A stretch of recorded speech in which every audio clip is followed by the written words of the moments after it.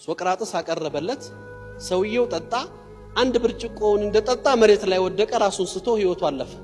ሶቅራጥስ ጋር በዘመኑ እንግዲህ የህክምናው ሊቅ ተብሎ ይወሳ ነበር አይደለም? በአገሩ ላይ የሱ ጎረቤት የሆነ ሰው እሱም ሌላ ህክምና ዕውቀት ያለው ሰው በዚህ ዘመን ውስጥ የዚች ሀገር የህክምና ሊቅና ዕውቅ ለምንድነው ሶቅራጥስ ብቻ የሚሆነው? እኔም እሱን መፎካከር መወዳደር እችላለሁ፣ የሱን ስምና ማዕረግ መሻረክ እፈልጋለሁ አለ። ስለዚህ በምን ልፈትናችሁ አላቸው ንጉሱ።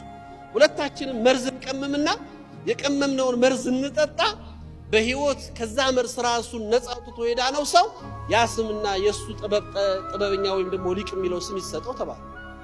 ምን ያህል ጊዜ ይሰጣችሁ ተባለ? 40 ቀን ተወሰነ። ሶቅራጥስ ምንድነው ያደረገው? 40 ቀን በጣም ጠንካራ ጉልበት ያላቸው 3 ሰዎችን መርጦ በየቀኑ ቤቱ ውስጥ ይደበደባል፣ ድምጽ ይሰማል፣ የተለያየ ነገር ይቀለቀላል፣ ይወቀጣል። ማን? ጎረቤቱ እንዲሰማው እየተደረገ ለ40 ቀን በተከታታይ። ቀኑ ደረሰ፣ 40ው ቀኑ ሞላ። ይዛችሁ ተዘጋጅታችኋል አለ። ይሄኛው ሰው ያመጣውን መርዝ አቀረበ።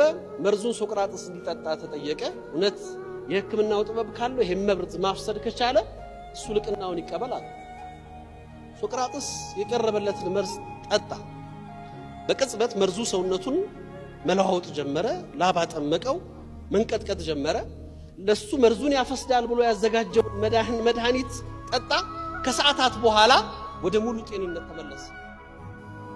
በተራው ደግሞ ይሄኛው ሰውዬ እንዲጠጣ ተጠየቀ። ሶቅራጥስ አቀረበለት። ሰውየው ጠጣ። አንድ ብርጭቆውን እንደጠጣ መሬት ላይ ወደቀ። ራሱን ስቶ ህይወቱ አለፈ።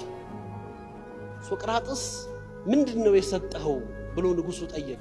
ምን አድርገህ ነው? ምን አይነት መርዝ ብትሰጠው ነው? እኔ የሰጠሁት መርዝ አይደለም ውሃ ነው አለው።